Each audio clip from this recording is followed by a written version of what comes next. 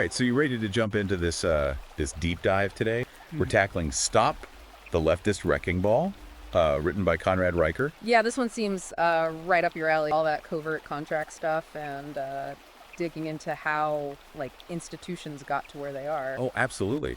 And Riker, well, he doesn't hold back, calls this book straight up a rallying cry for, well, I guess you could say anyone who feels like those conservative values, they're under attack. From what I've skimmed, he's got some pretty strong opinions, that's for sure. 24 chapters, man. We're talking cultural Marxism, feminism, how families are structured, globalism, the whole 9 yards. Should be interesting to unpack all that. Well, and what's kind of cool is that Riker, he doesn't just, like, point finger. He tries to lay out a path, you know? Like, wants readers to feel like they can actually push back. Okay, so where does he even start with all this? Like, what's the core of his argument? Well, he puts cultural Marxism as, like, public enemy number one, thinks it's the root of a lot of the problems, and he traces it all the way back to the Frankfurt School. Oh, okay, yeah.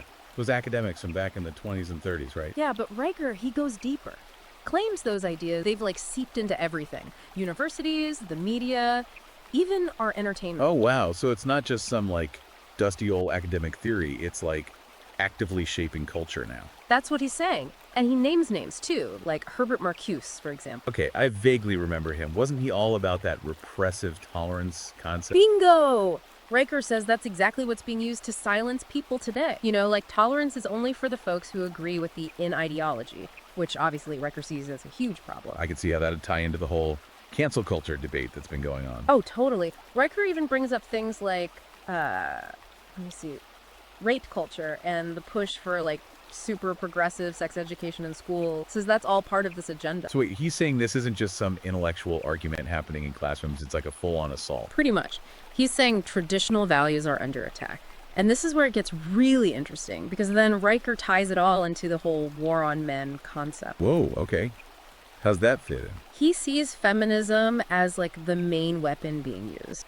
And he argues that it's led to, like, this crisis of masculinity. Crisis? Like, how so? He claims men are being disempowered, you know, systematically. So are we talking like real-world examples here or just theory? Oh, he gets specific. Uses things like, remember that Gillette ad? The one that, like, criticized toxic masculinity and the Me Too movement? Yeah, those were big. Riker says those are just symptoms of this bigger trend where men are constantly being demonized and their traditional roles are being, like, chipped away at. Okay, I mean, those are definitely a hot button topic. Yeah. But is he saying there's a deliberate effort behind all of it? He seems to think so. And he even says things like family courts, they're biased against men, and that the education system, it's failing boys. I can see how that would be a touchy subject for a lot of people. He's saying the modern male experience is kind of bleak. Yeah, he definitely doesn't sugarcoat it. And speaking of families, well, that's another big part of his argument. He really hammers on the importance of the traditional nuclear family, you know, mom, dad, kids. Classic setup. Like the Leave It to Beaver kind of thing. But what's he saying? That's under attack too. Oh, totally. He says stuff like single parenthood, alternative lifestyles, even, like, government policies. They're all chipping away at it. So it's not just like societal shifts. He's saying there are actual forces working against that family structure. Yeah, and he brings up the stats, too, like the decline in the number of nuclear families and what he claims are the consequences from that. Okay, so it's not just an opinion. He's got data to back it up. He tries to. And, you know, he even circles it back to feminism again. Says that women focusing on their careers has played a part in this whole decline. So he's building this narrative of a society that's kind of in crisis. You could say that. And then this all leads into what Riker wants people to do about it. Like, Right. he's not just complaining, he's got solutions. Okay, so what's the plan? What does he want people to do to fight back against all these threats? He says we got to actively defend those traditional values. And he's talking a wide range of things, like promoting conservative theology, resisting globalism. Okay, so pretty big picture stuff. Yeah. Anything more specific? Oh, yeah. He's all about advocating for free speech, pushing back against what he calls radical sex education. It's like, here's what we need to do to turn things around. Okay, but before we get swept up in all this, I gotta ask, what about the other side of this story? Like, have we looked at other perspectives? What does the research say beyond what's just in this book? You're right. We always got to challenge those assumptions, dig a little deeper. Yeah, bring it up. We can't just take his word for it. Got to do our due diligence. Right, always gotta keep that critical lens on. So, what else does Riker dive into? We've only scratched the surface here. Oh, there's a ton more. Like I said, the book is dense. He gets into multiculturalism, free speech, even how he thinks religion's been, like, corrupted by progressive ideas. Whoa, okay, let's break those down one by one. First up, multiculturalism. What's his beef with that? Well, he's saying The way it's being done now, it's actually like eroding our cultural heritage. And he's not just talking about immigration, it's deeper than that. Like, he thinks the whole idea that all cultures are equally valid, that's a threat to Western civilization. Okay, that's a pretty bold statement. So is he saying some cultures are just like straight up better than others? He doesn't say it that bluntly, but that's kind of the implication. He thinks this mindset, this like hyper tolerance that leads to people being afraid to speak out, like they'll get shut down if they criticize another culture, uses that whole Danish cartoon controversy as an example. Oh yeah, right, where those cartoons of the Prophet Muhammad caused all that outrage. Riker's point is that the fear of offending, well, it led to self-censorship. Like, people were so worried about backlash who just kept quiet, which in his view is a huge problem for free speech. So he's saying we're so focused on not offending anyone that we're losing our ability to have honest conversation. Pretty much. And he brings up that James Damore Google memo too, the guy who got fired for writing about gender differences. Vaguely, yeah. Wasn't that a whole thing a few years back? Big time. Riker's point is that Damore got punished just for expressing his opinion. And he says that's part of this pattern, like any challenge to the progressive narrative, bam, you get shut down. Okay, I see where he's going with this. It's like he's saying that reason and logic are taking a backseat to feeling. Exactly. He calls it an assault on reason and truth. Thinks we're living in a time where feelings and opinions are way more important than facts. So how does he explain how we got to this point? He blames it on what he calls the feminization of education. Argues that schools aren't focused on teaching kids how to think critically anymore, or how to evaluate evidence objectively. So instead of focusing on like hard facts and stuff, it's more about feelings and social issues. That's what he's saying. He's pretty harsh on modern education, actually. Claims schools care more about promoting social justice and self-esteem than actual academics.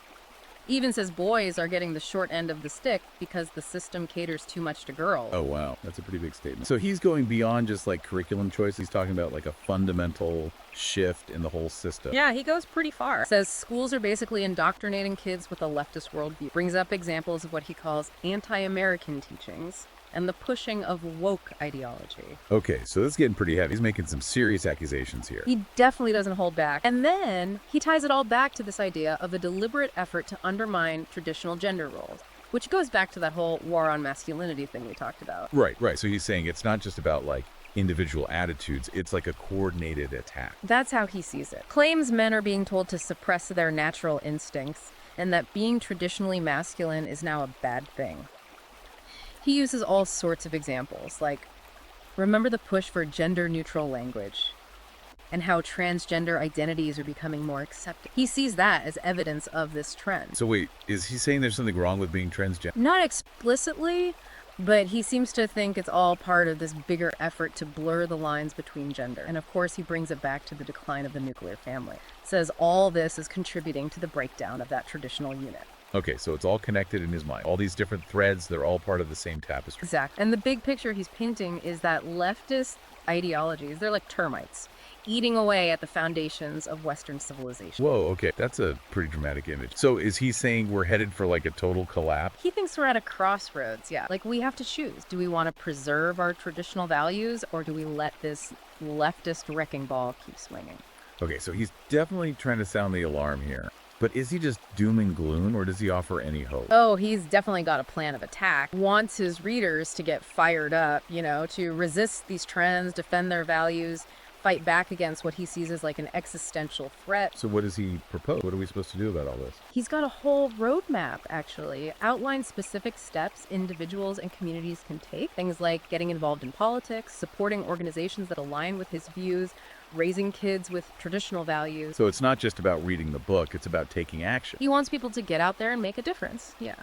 But before we get too carried away, I think it's important to remember that this book is super controversial. Riker's views are definitely on the far right, and he's not afraid to use some pretty strong language and make some big generalizations. Yeah, that's a fair point. We got to acknowledge that this isn't exactly a neutral perspective. Right. It's one thing to make an argument, but it's another to do it in a way that's respectful, with nuance and actual evidence. Riker definitely leans into being provocative, which can be good and bad. So on one hand, he's grabbing attention, getting people talking. Yeah, and folks who already agree with him, they'll probably eat it up. But on the other hand, he could be alienating people who might actually be open to some of his ideas, but they're turned off by the way he's saying it. Exactly. It's not exactly inviting dialogue or like wanting to understand other viewpoints. So It's tricky. So where does that leave us? What are we supposed to take away from all this? That's the million-dollar question. And honestly, it's up to you. We've tried to give you a fair summary of what Riker's saying, but we also want you to think for yourself. Right. This is just one perspective, one voice in a much bigger conversation. Exactly. There are other perspectives out there, other voices that need to be heard. So if you're interested in this stuff, keep digging. Read other books and articles, talk to people who have different views, challenge your own assumptions. Love that. That's what critical thinking is all about. Being willing to engage with ideas you might not agree with, to consider different perspectives. Exactly. So let's shift gears a bit. Riker spends a lot of time talking about this war on men he sees happening, says feminism has gone too far and is actually harming men now. Okay, so what's his evidence for that? Well, he frames it like it's a zero-sum game, you know? Like any gains for women automatically mean losses for men. So in his mind, it's impossible for both men and women to progress at the same time. That's how he sees it. He paints this picture of a society where men are constantly being demonized, made to feel less masculine, unfairly targeted. Talks about things like false rape accusations, the bias against men in family court, how men are often portrayed as the bad guys in movies and stuff. Okay. I mean, those are definitely serious issues. But is he saying they're happening all the time or just in specific cases? It's tricky. He acknowledges that men face legitimate problems, like the lack of support for male victims of domestic violence and sexual assault, and that, yeah, sometimes guys get falsely accused. Right. I mean, those are real problems. Exactly. But Riker's suggesting these aren't just isolated incidents. He thinks they're part of this bigger systemic problem, like it's built into the system to work against men. So it's not just bad luck or individual bad actor. He's saying it's intentional. That's the vibe I'm getting. He's arguing there's this deliberate, coordinated effort to undermine men, to make masculinity seem toxic. And he thinks it's having a really bad impact on society. Wow. Okay, so what's the end game in his mind? What's the goal of all this? He even goes so far as to say there's a feminist conspiracy to destroy the traditional family and replace it with a society run by women. Whoa, hold on. A conspiracy? Is he talking about like a secret cabal of feminists plotting in the shadow? He doesn't quite say that, but it's kind of the impression he gives. Okay, that's a pretty big claim to make. Does he actually offer any evidence to back that up? Like, is he citing credible sources, research, anything concrete? That's a good question, and it's something we got to keep in mind as we go through this, because the strength of any argument, it hinges on the evidence, right? Absolutely. We got to be critical readers here. Always evaluate that evidence, see if there are other interpretations he might be missing, and whether his claims actually hold up. Totally agree. Now, another big theme he keeps coming back to is this critique of multiculturalism. Says it's destroying our cultural heritage, dividing society, making us less united.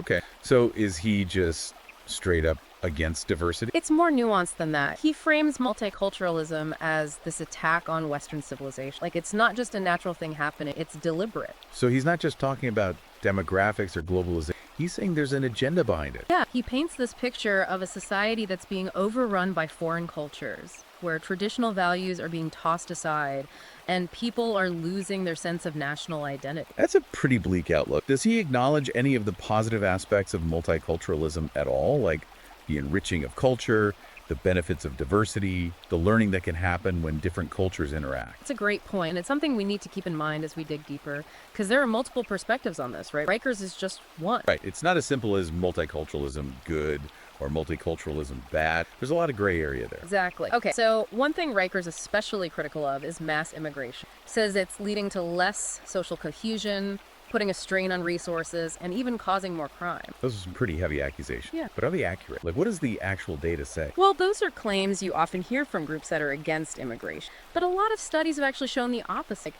Immigrants, both legal and undocumented, they contribute a lot to the economy, and they're actually less likely to commit crimes than people born here. Interesting. So is he just ignoring that evidence, or does he address it somehow? He seems more focused on the cultural impacts of immigration. Says it's diluting Western values and making us lose our national identity. Okay, what does he even mean by Western values and national identity? Like, those are pretty loaded terms. Does he ever define them clearly? That's a great question. Does he even acknowledge that Western societies have always been diverse? Like, there's never been just one monolithic culture. Right. It's important to remember that. We're not starting from a blank slate here. Exact. So to really understand his argument, we got to figure out what he means by those terms, because the strength of his argument really depends on how clearly he defines those things and whether those definitions actually hold up under scrutiny. Makes sense. So moving on, what else does he tackle? Well, he has a whole section on globalism. Says it's a threat to our country's sovereignty, our economy, and our traditional values. Okay, so what's his issue with globalism? Is he just against cooperation between countries? It's more than that. It's interesting. He often uses globalism and socialism interchangeably. Like, he thinks they're basically the same thing. So he's tying it to a specific political ideology. Yeah, he's painting this picture of a world where unelected bureaucrats and these global elites are calling the shots. Says they're eroding national borders and ignoring what the people want. Okay, so he's tapping into that whole fear of losing control, of being dictated to by forces outside our own country. Exactly. But the question is, does he acknowledge any of the good things about international cooperation and trade? Or does he just see it as this purely evil force? Yeah, there are definitely two sides to that coin. We got to look at both. Absolutely. And as critical thinkers, it's our job to weigh the evidence, consider all the different angles, and form our own conclusion. Couldn't agree more. So what specific aspects of globalism does he criticize? He's particularly harsh on organizations like the United Nations and the World Trade Organization. Those are pretty big targets. What's his problem with them? He says they're chipping away at our national sovereignty and pushing this globalist agenda on the world. So he sees them as like a threat to individual nations. Yeah, but it's important to remember those organizations were created by sovereign nations, to help tackle shared problems and work together. Raker's making them sound like these shadowy, all-powerful groups that just impose their will on everyone, which isn't really accurate. Right. It's always good to remember the context, how these things actually came about. Totally. He also rails against free trade agreements, says they're causing job losses and hurting manufacturing in developed countries. That's a big talking point, especially in certain political circles. But is it the whole story? Good question. Does he even acknowledge the benefits of free trade? Like how it can lead to lower prices for consumers and make economies more efficient? Those are things to think about. All right, got to look at the whole picture, not just focus on the downsides. Yeah. So does Riker offer any solution? Like, what does HE think we should do about these job losses? Well, that's the thing. He's really good at pointing out what he sees as problem. When it comes to solutions, it gets a little vague. Like, he doesn't really get into specifics about alternative trade policies or anything. Okay, so more about raising awareness than concrete plans. Pretty much. Which, hey, awareness is important too. But yeah, it'd be interesting to hear him flesh out those solutions more. Makes sense. So moving on, what about this whole political correctness thing? Riker talks a lot about that, right? Oh yeah, big time. He's basically saying it's killing free speech. Like, it's created this environment where people are terrified to say what they really think, for fear of offending someone. So like the whole cancel culture phenomenon. Exactly. He uses some pretty intense examples, like people losing their jobs or getting ostracized from their communities just for expressing opinions that are considered offensive. He sees it as a way to control people, to silence anyone who disagrees with the mainstream narrative. So it's not just about being polite, it's about suppressing dissent. That's his argument. He even talks about universities becoming these echo chambers where only one viewpoint is allowed, calls it the closing of the American mind, and sees it as a huge threat to freedom of thought. Wow. Okay. So he's saying we're losing our ability to think critically, to challenge ideas. Pretty much. And of course, he ties it back to his whole cultural Marxism thing. Says political correctness is a tool to enforce conformity and crush any opposition. So it's all connected in his mind. This big web of forces working against individual freedom. Exactly. It's like he's saying we're living in this society where everyone's walking on eggshells, afraid to say the wrong thing. It's a pretty scary picture, honestly. Yeah, I can see how that would be concerning. Mm-hmm. So how does this tie into his views on identity politics? That's a big part of it. He thinks identity politics is dividing us, separating us into these little groups based on race, gender, sexuality. And he blames it for creating this culture of victimhood and resentment. So instead of focusing on what unites us, we're highlighting our differences. That's what he's saying. He's really critical of what he calls the grievance industry. Those groups and individuals who he thinks profit off of keeping people angry and divided. Okay. So he's saying there are people who actually benefit from stoking those divisions. That's his argument. He says they encourage people to see themselves as victims, to blame others for their problem, and he thinks it's incredibly destructive. He even calls identity politics a form of cultural suicide. Well, that's a pretty extreme statement. What does he mean by that? He thinks it's weakening us from the inside out, making us more vulnerable to threats from outside. Like, we're so busy fighting amongst ourselves that we're not paying attention to the bigger picture. Okay, so it's not just about political disagreement. He sees it as a threat to our very survival. He's definitely framing it that way. It's a pretty dire warning. It makes you think about the role that identity plays in our society, for sure. Like, are we too focused on our difference? Are we losing sight of the things that bring us together? Those are some big questions to ponder. Whether you agree with Riker or not, he's definitely raising some important points. It's a call to action, to really examine what's going on in our society and how we can move forward. Exactly. And that's what this whole deep dive has been about. We haven't just summarized Riker's book, we've tried to break it down, look at it from different angles, and encourage you to think for yourself. Right. We've given you a taste of what Stop the Leftist Wrecking Ball is all about, but there's so much more to explore. He covers a lot of ground: religion, education, immigration, globalism. He's got a very specific and sometimes pretty controversial take on these issues. For sure. But love him or hate him, he's definitely going to make you think. He challenges the status quo, and I guarantee this book will spark some lively discussion. No doubt about that. So if you're looking for a book that'll make you question your assumptions, challenge your worldview, Stop the Leftist Wrecking Ball is worth checking out. You can find it on Amazon Kindle and Google Play Books. But remember, go in with a critical eye, do your own research, and form your own opinion. That's what we're all about here on The Deep Dive, helping you become a more informed, more engaged thinker. Exact. Thanks for joining us on this deep dive, everyone, and we'll see you next time.